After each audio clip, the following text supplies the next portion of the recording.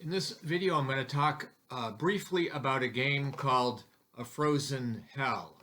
And it is a game on the Battle of Talvajärvi in the Russo-Finnish War in 1939. Probably one of the more known battles of that period. And this game is part of the Tactical Combat series designed by Dean Essig, but this game actually was designed by Al Wembold. This is game number 12 in the series, so I wanted to talk a little bit about it. If you're not familiar with the Tactical Combat series, it's kind of like World War II's answer for the Civil War Brigade series. And it does share some commonalities with it, not entirely, but I think the commonality is the idea of command control. And whereas in the Civil War Brigade series, you have written orders that you're kind of bound to until you can change them through your command structure. In this game, you have ops sheets, which are used kind of like the command rules. And an example of that is here. This is a picture in the rule book of what an ops sheet looks like. So it has minimal writing on it, but basically your troops are bound to follow, the direction given in the op sheet that you mark up. And, you can change that through the command structure. But that's basically how the game works. A turn in this game is like 20 minutes, and then the night turns are an hour. And this game, Frozen Hell, deviates from that a little bit. In the sense that all turns in this game are 30 minutes, so a compromise was made, and it includes night turns because there was a lot of night action in this battle of the Russo-Finnish War. So I wanted to talk a little bit about how this game works. The sequence, there is a sequence of play that must be followed. There's a command phase. This is where you can change your orders. Although I will state this, that the scenarios do provide the basic historical orders and preset op sheets if you want to use them. You can explore some different strategies by writing your own. And of course, during the course of the game, you can try to change your orders if you want to. That's all done in the command phase. Then there is generally an aircraft fire phase. So you roll the dice. You have a roll off to find out who gets to go first. And you can resolve your air missions. And then you go into the action phases. That's where the real heart of the game is. Again, each player rolls two six-sided dice, and the high roll gets to decide, do they want to go first or second for that turn. That's pretty much how it works. During the action phases is when you can decide what mode your unit is going to be in. You can then execute movement. You can do artillery missions, and then you have suppressive fire missions that you can enact. Then there is the combat, which could be overrun or assault. Then there's overwatch fire and save yourself retreats. And if there are minefields in the game, you deal with minefield breaches and crossings. This game doesn't have mines in it or minefields, so that doesn't come up here. Generally, the units in this game are companies and platoons. So I think the individual units are platoons, but they are made up of companies, and then the companies are battalions. And the action is kind of at the entire action is like at the battalion level, carried out by individual companies and platoons. So I'll take a little bit closer look at the unique aspects of A Frozen Hell, if you stay with me. So I'm going to be just taking a brief look at the game A Frozen Hell. This is, I think it's scenario 8.2, Kvisselman Cookout. And the context of this scenario is stated here. In order to lift his troops' spirits by making an aggressive move, Payare leads part of the JR-16 across the ice of Talvayari and to raid the Russians encamped on Kvisselman Kangas. The raid was coordinated with PPP-7's feint attack across on Katasari. So that's basically the issue here. It only uses a part of map B, and it's only 10 turns long, so that makes it somewhat doable. So this scenario starts at midnight on December 9th, 1939.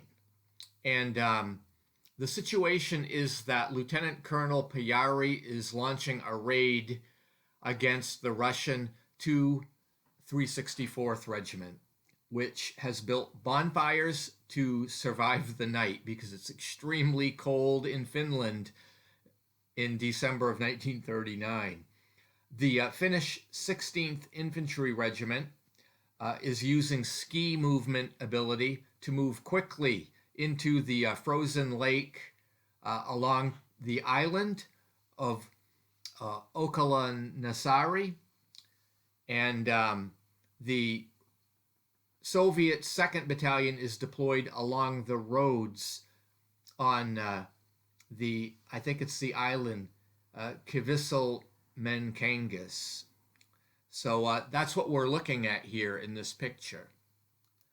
I wanted to talk a minute about bonfires. That's a special rule in this game, and the Soviet units have these bonfire markers, and any unassigned unit or a unit that has not implemented its op-sheet orders yet are stuck at night with these bonfires, and I believe it's probably a matter of survival.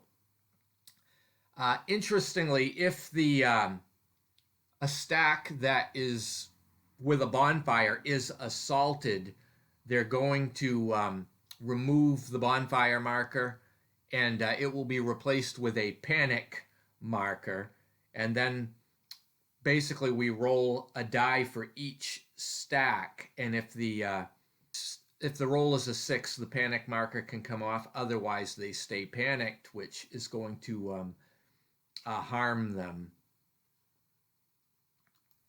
Interestingly, in this game, only the Russians use bonfires because the Finns were equipped for the weather, and they had excellent tents. They had wood-burning stoves that allowed them to sleep comfortably at night, even at the minus 30 degrees Celsius that the temperature was. But the Russians did not have this type of equipment. And so that's what's represented here. Also, I wanted to comment about the Finns. Some of the Finns are equipped with skis, and these units on their move mode side have a white arrow instead of the usual red or yellow arrow. So that means they're ski equipped, and what they get is a 2 movement point bonus as long as they are, on a flat location hex. They don't get to use the bonus if they're going into assault combat, though. But the ski troops have a little bit of an advantage in movement in this game. This next picture shows the Soviets' 2nd Battalion of the 364th Infantry Regiment, and they have lit their bonfires so that they don't freeze. Then in the next picture, you see the 1st Battalion of the 364th Regiment, and this is deployed on the island of Katasari. It should be noted that the light blue hexes, that's the lake, and the lake is completely frozen, so the Finns can cross very easily due to this, especially with their skis. One of the special rules regarding the lake, the frozen lake, is that during the day, the Finnish can use artillery fire at any unit that's in a lake hex because they're fairly exposed and they get a bonus. And what can happen is if you're using artillery that is at least 122 millimeter or larger, when they fire, they can leave holes in the ice. Now, the holes obviously don't block line of sight, but they prevent any vehicle or artillery piece or anti-tank gun from entering. Otherwise they're going to go to the bottom, So they can't do that in an ice hex that has a hole in it. Other units like ski troops or infantry units can move into this type of hex, but it costs them an extra 3 movement points to do so because they don't want to accidentally fall through. So when the weather changes, if you get another deep freeze on the weather table, the holes in the ice will freeze over again and they kind of go away.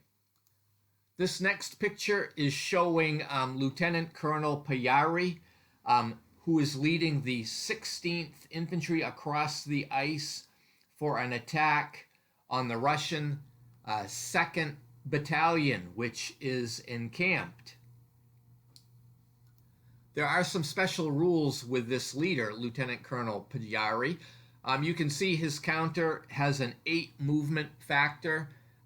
He always can move at this rate, and he has an effect within 3 hexes. If a Finnish unit is making a morale check, they get a -1 modifier. And if he's in the hex with a unit making a morale check, he gets a -3 modifier on morale checks.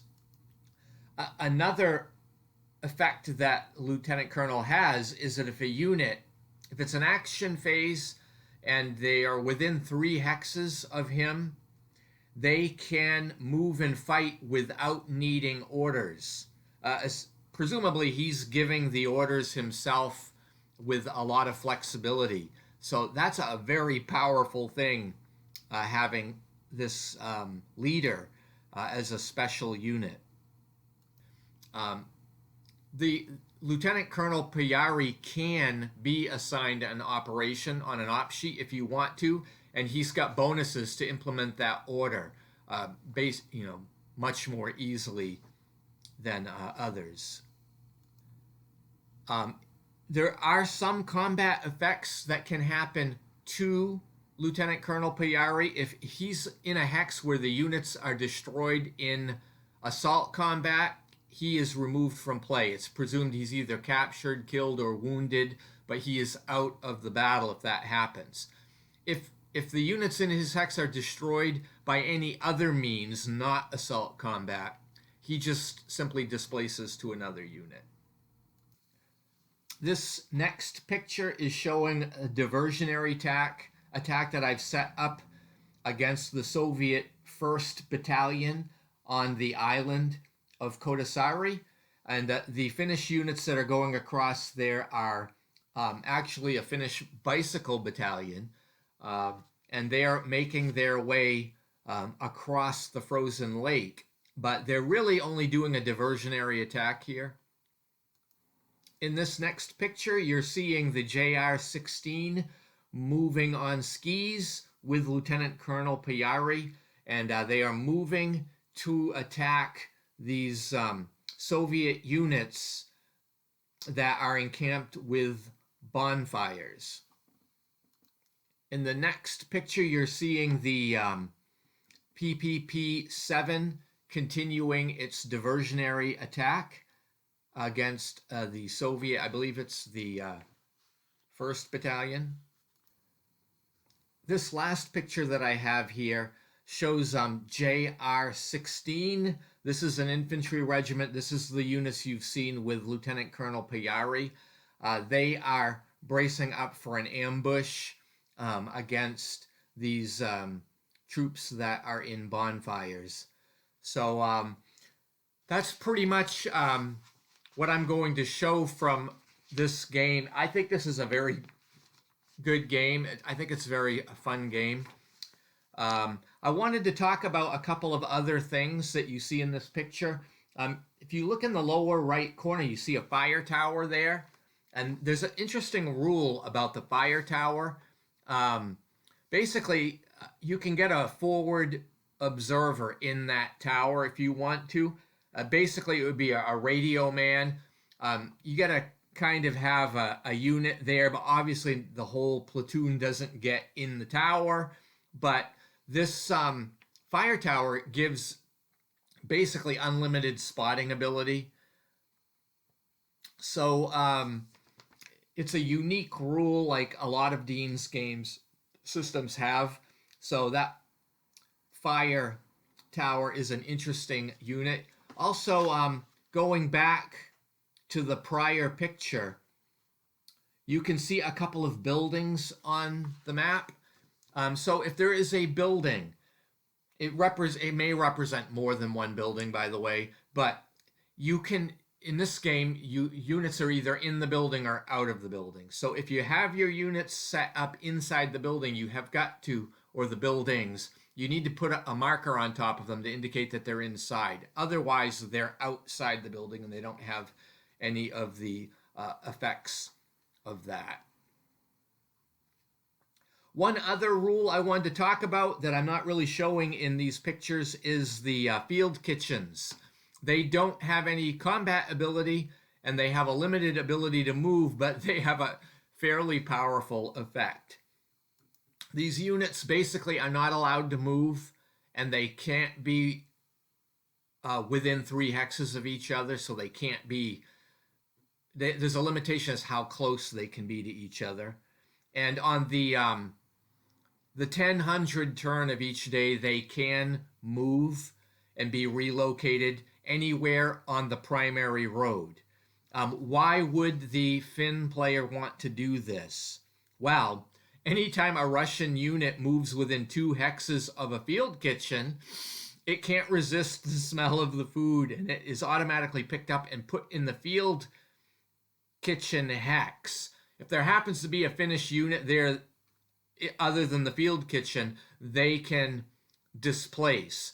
But as many as 40 steps of Russian units can be sucked up into the field kitchen, you know, and you put the field kitchen marker on top of the Russian units, and basically it ends up being a paralyzed marker for the duration. So these units are going to be treated as if they were paralyzed.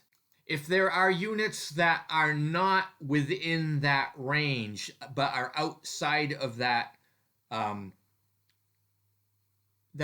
outside of the 40-step limitation, they are not able to get into the field kitchen hex, but they are put adjacent to it, and they don't get a paralyzed marker, they get a suppressed marker. So after the next Russian cleanup, what happens is the kitchen is removed from play, and then you get a paralyzed marker. A regular paralyzed marker gets put on the units until they can recover. So it's just kind of a detail. It's one of those details that Dean puts in the game for fun that has a little bit of an effect. Anyway, I hope you enjoyed taking a look at this game, A Frozen Hell. Usually this can be found quite affordably on the second-hand market. So anyway, pick it up. And thank you for watching. Have a great day.